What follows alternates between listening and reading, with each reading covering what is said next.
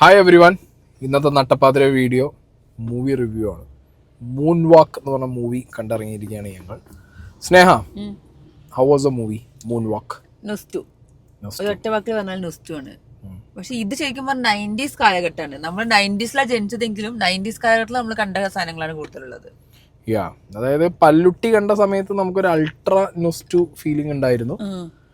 ഇതൊരു through out movie 90s ഇങ്ങനെ പോവാണ്. 90s കുറെ യങ്സ്റ്റേഴ്സിന്റെ ലൈഫ്, 90s ചെറുപ്പക്കാരുടെ ലൈഫ്, അവര് 90s പ്രൈമിൽ അവർ നിൽക്കുന്ന അവരുടെ 20, 18, 17 ആ ഏജിൽ 90s അവരുടെ ആ ഒരു പ്രൈമിൽ അവർ ഡാൻസ് പഠിക്കുകയാണ്. മൂൺ വാക്ക് എന്നുള്ള പേര് വരുമ്പോൾ തന്നെ അറിയാലോ, ഡാൻസ് ആണ് തീം വരുന്നത്. സോ പടത്തിന്റെ ഫസ്റ്റ് ഹാഫ് മൊത്തം ഒരു ബിൽഡപ്പ് എന്ന് പറഞ്ഞ സെറ്റപ്പിലല്ലെങ്കിലും ഒരു ബഞ്ച് ഓഫ് യങ്സ്റ്റേഴ്സ്, അവർ ഇപ്പോൾ നമ്മൾ ജിംഖാനെ കണ്ടിട്ടുണ്ട്, ബോക്സിങ് കണ്ടപ്പോൾ അതിൽ ഭയങ്കര ടെംപ്ടേഷനും അല്ലേ, അതിനോടൊരു ആകർഷണത തോന്നിയിട്ട് അത് പഠിക്കണം എന്നുള്ളൊരു ആഗ്രഹത്തിലാണ് ജിംഖാനേൻ്റെ പ്ലോട്ട്. ഏകദേശം സിമിലർ സാധനം. ഡാൻസ് കാണുകയാണ്, ബ്രേക്ക് ഡാൻസ് കാണുകയാണ്. ഇത് പഠിക്കാൻ ഒരുപാട് ആഗ്രഹത്തോടു കൂടി അവർ അതിനെ പഠിക്കുന്നതും അതിലേക്കുള്ള ഒരു അപ്രോച്ചും അവരുടെ ഒരു ഹാർഡ് വർക്കും ആ ഒരു സ്കീമും പ്ലസ് അവരുടെ ഫാമിലി നടക്കുന്ന ഓരോ ഇൻഡിവിജ്വൽ ക്യാരക്ടേഴ്സിൻ്റെ പിന്നെ അവരുടെ ഫ്രണ്ട്ഷിപ്പ്, ചെറിയ ചെറിയ സ്നേഹം, പ്രേമം, ഇഷ്ടം, കാതൽ, ലവ്, ആ പരിപാടികളൊക്കെ പോകുന്നുണ്ട്. അങ്ങനെ ഒരു സെറ്റപ്പിലാണ് ഫസ്റ്റ് ഹാഫ് പോകുന്നത്.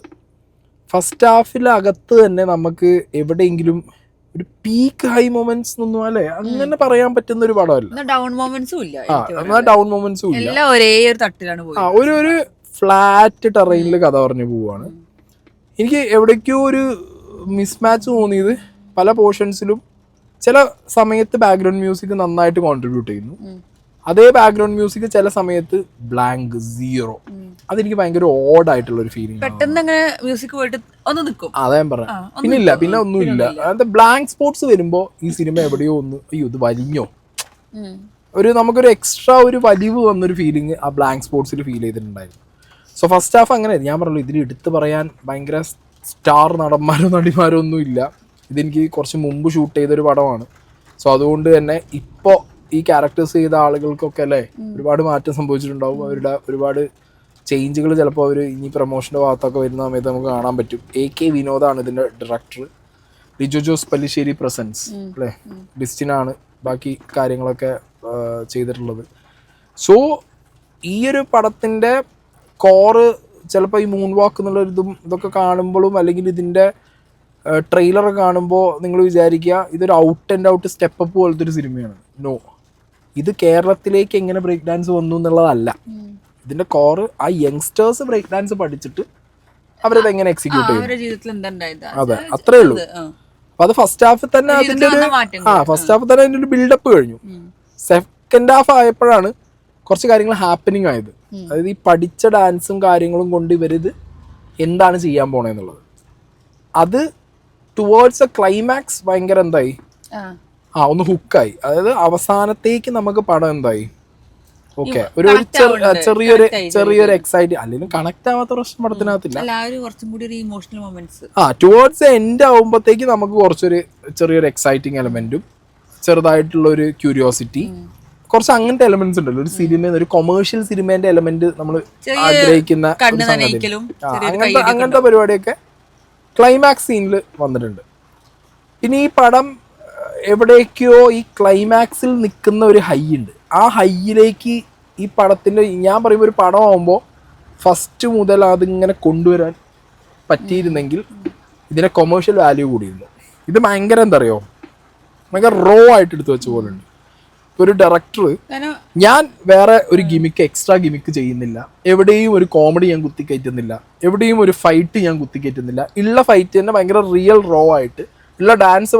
ഇപ്പം ഡാൻസാണ് സിനിമ, പല രീതിയിലുള്ള ഗിമിക്കും ക്യാമറ വർക്കും പല സാധനങ്ങളും വെച്ചിട്ട് ഇത് ഭയങ്കര എക്സൈറ്റഡ് ആക്കായിരുന്നു ഈ സാധനം. പക്ഷെ ഇത് ഈ 90s വൈബ് പിടിച്ചിട്ട് അത് അങ്ങനെ ചെയ്യാതെ ഭയങ്കര റോ ആയിട്ട് അവര് വെൽ ട്രെയിൻഡ് ഡാൻസേഴ്സ് ആണ് എന്നുള്ളത് കൃത്യമായിട്ട് നമുക്ക് മനസ്സിലാവുന്ന രീതിയിൽ ആദ്യം അവരുടെ ഹാർഡ് വർക്ക്, പിന്നെ അവർ പഠിച്ചു കഴിഞ്ഞതിന് ശേഷമുള്ള അവരുടെ ബോഡി ലാംഗ്വേജ് ഒക്കെ നമുക്ക് വളരെ റിയൽ ആയിട്ട് കാണിച്ചു തരാൻ ഡയറക്ടർക്ക് കൊണ്ട് പറ്റിയിട്ടുണ്ട്. സോ ആ ഒരു ആസ്പെക്ട് വെച്ച് നോക്കുമ്പോൾ വേണമെങ്കിൽ ഇതിൻ്റെ ഒരു കൊമേഴ്ഷ്യൽ അല്ലേ ഒരു ബിസിനസ് ഇതിന് ചിലപ്പോൾ ഡൗൺ ആവാം. ബട്ട് ഞാൻ പറയുന്നത് യങ്സ്റ്റേഴ്സിന്റെ ആ ഒരു 90s യങ്സ്റ്റേഴ്സ് ഇപ്പോ എനിക്ക് തോന്നുന്നു നമ്മുടെയൊക്കെ അച്ഛന്മാര് നമ്മളെ അച്ഛന്മാരും അല്ലെങ്കിൽ ഇപ്പൊ ഒരു 50 വയസ്സ് 55 വയസ്സൊക്കെ ഉള്ള ആളുകൾക്ക് അന്ന് അവരെ കാലഘട്ടത്തിൽ ആ മുടീന്റെ സ്റ്റൈലൊക്കെ ഇല്ലേ, പഴയ മുടീന്റെ സ്റ്റൈല്, ഡ്രസ്സിംഗ് ഒരു രക്ഷയില്ല അല്ലെ, കോസ്റ്റ്യൂം എല്ലാം എവിടെയും നമുക്ക് ആ ഒരു 90s അല്ല എന്നുള്ളൊരു വൈബിലേക്ക് എവിടെ എത്തുന്നില്ല. അതിൽ വാക്ക്മാൻ ഒക്കെ കാണിച്ചപ്പോ ഞാൻ സത്യം പറഞ്ഞു കഴിഞ്ഞാൽ അങ്ങനെ കാരണം എന്താ പറയാ, ഇപ്പൊ VCR വാക്ക്മാൻ കാസറ്റ്, ഇപ്പൊ ഞാൻ നമ്മളൊക്കെ അത് ഒരു 2000 ആയപ്പോഴാണ് നമ്മൾ അതിനോട് യൂസ് ടു ആയത്. നമ്മൾ 90s ജനിച്ചെങ്കിലും 2000 ആയപ്പോഴാണ് നമ്മൾ അതിനോടൊരു നമുക്കത് യൂസ് ടു ആയത്. പക്ഷെ 90s ആളുകൾക്ക് വാക്ക്മാൻ അപ്പൊ കിട്ടിയ സമയത്തൊക്കെ എന്തായിരിക്കും എന്നുള്ളതൊക്കെ ഒന്ന് അല്ലേ, അത് സാധനം ഉണ്ട്. അപ്പൊ അങ്ങനെ നൊസ്റ്റു അടിക്കുന്ന കുറെ കാര്യങ്ങളുണ്ട്. ഡ്രസ്സിംഗ് ആണെങ്കിൽ അടിപൊളിയായിരുന്നു. മൊത്തം ഒരു ടോൺ ഉണ്ടല്ലോ സിനിമേന്റെ, ഒരു കളർ പാറ്റേണും ടോണും അതൊക്കെ കറക്റ്റ് ആ ഒരു പഴയ ഫിലിം അല്ലേ, ഒരു കറക്റ്റ് ആ റിട്രോ സാധനം നമുക്ക് ഭയങ്കരമായിട്ട് അത് തരുന്നുണ്ട്. കളറിംഗ് ആണെങ്കിൽ ഗ്രേഡിംഗ് ആണെങ്കിൽ അങ്ങനെ ഷെയ്ഡ് കൊടുത്തു പഴയതിന്റെ ഒരു ഇത് കിട്ടാൻ വേണ്ടിട്ട്. പിന്നെ എന്താ പറയുക, ഇതിലൊരു നല്ലൊരു പഞ്ചി ആയിട്ടുള്ള സ്ട്രോങ് ആയിട്ടുള്ളൊരു പൊളിറ്റിക്സ് പറയായിരുന്നു. മനസ്സിലായോ, തഴയപ്പെട്ട നിറത്തിന്റെ അങ്ങനത്തെ ഒരു രാഷ്ട്രീയം പറയാൻ ഭയങ്കര ഒരു വലിയ പ്ലോട്ട് തുറന്നിട്ടൊരു പടമായിരുന്നു. പക്ഷെ വെരി അൺഫോർച്ചുനേറ്റ്ലി ആ സാധനം എവിടെയും ഇങ്ങനെ മൈൽഡായിട്ടും ഒട്ടും പ്രേക്ഷകർക്ക് അത് പറയണ്ടല്ലോ, എന്നാൽ പറയാമല്ലോ, അങ്ങനെ പോയ പോലെ എന്റെ രീതിയിൽ ഇഷ്ടപ്പെട്ട സിനിമ ഇങ്ങനെ വിചാരത്തില് അങ്ങനത്തെ ഒരു സാധനം ഉണ്ട് കേട്ടോ. പക്ഷെ അത് ഞാൻ ആസ് എ വ്യൂവർ അതൊന്ന് എലാബറേറ്റ് ചെയ്തിരുന്നെങ്കിൽ ഇത് കുറച്ചും കൂടി പവർ പാക്ഡ് ആയിരുന്നു ഈ സാധനം, കുറച്ചും ഇമോഷണലി കണക്ട് ആവേണ്ട ഒരു സാധനം. നോർമൽ സിനിമ പക്ഷെ ഒരു എനിക്ക് ലാഗൊന്നും തോന്നി. എനിക്ക് ഭയങ്കരമായിട്ട് ഞാൻ എന്താ പറയാ, നമ്മളൊരു എന്താ പറയാ കൊറേ പൊട്ടിച്ചിരിപ്പിക്കാതെ അല്ലെങ്കിൽ ത്രസിപ്പിക്കുന്ന അടിയൊന്നും ഇല്ലെങ്കിലും ഭയങ്കര സ്മൂത്ത് ആയിട്ട് ഈസി ആയിട്ട് കണ്ണിനൊക്കെ ഭയങ്കര ഒരു സുഖം, ശബ്ദമൊക്കെ നല്ല സുഖം, അങ്ങനെ ഇരുന്ന് കണ്ടു ആ പടം. So worth watching. ഭയങ്കര നൊസ്റ്റു അറ്റ് ദ പീക്ക് എന്ന് ഞാൻ പറയുന്നില്ല, സ്റ്റിൽ നിങ്ങൾ നൊസ്റ്റു അടിക്കും. ഡാൻസിന് ഇഷ്ടപ്പെടുന്നവർ കാണുന്നുണ്ടെങ്കിൽ നിങ്ങൾക്ക് ആ ഡാൻസ് ആ കാലഘട്ടത്തിലുള്ള ആളുകൾ അല്ലെ അതിനോട് എത്ര പാഷനേറ്റ് ആയിരുന്നു, അവരെ ഹാർഡ് വർക്ക് എന്താണ് ആ ടീമിന്റെ എന്നുള്ളതൊക്കെ നമുക്ക് മനസ്സിലാവാം. പിന്നെ അഭിനയിച്ചവരാണെങ്കിലും നന്നായിട്ട് അഭിനയിച്ചിട്ടുണ്ട്, അടിപൊളിയായിട്ട് അഭിനയിച്ചിട്ടുണ്ട്. ഞാൻ പറയുന്നത് ഇവരൊക്കെ ഇപ്പൊ എവിടെ, ഞാൻ ആലോചിച്ചെന്തറിയോ ഇങ്ങനത്തെ കാസ്റ്റിന് എങ്ങനെയാണ് ഡയറക്റ്റ് കണ്ടുപിടിച്ചതാണ്. കാരണം ആ ലുക്ക് കിട്ടാൻ വേണ്ടിട്ട്, കാരണം ആ മുടിയൊക്കെ വെച്ചപ്പോ കറക്റ്റ് ആ ലുക്ക് ആയിരുന്നു. മാത്രല്ല ഇങ്ങനത്തെ ഒരു കാസ്റ്റിനെ വെച്ചിട്ടല്ലേ ഒരു പടം ഇങ്ങനെ എക്സിക്യൂട്ട് ചെയ്ത് കൊണ്ടുവരിക എന്ന് പറയുമ്പോ തന്നെ ഇവിടെ പല മൾട്ടി സൂപ്പർ സ്റ്റാർ സിനിമകളും മാറ്റം പോകുമ്പോ ദിസ് വാസ് ഗുഡ്.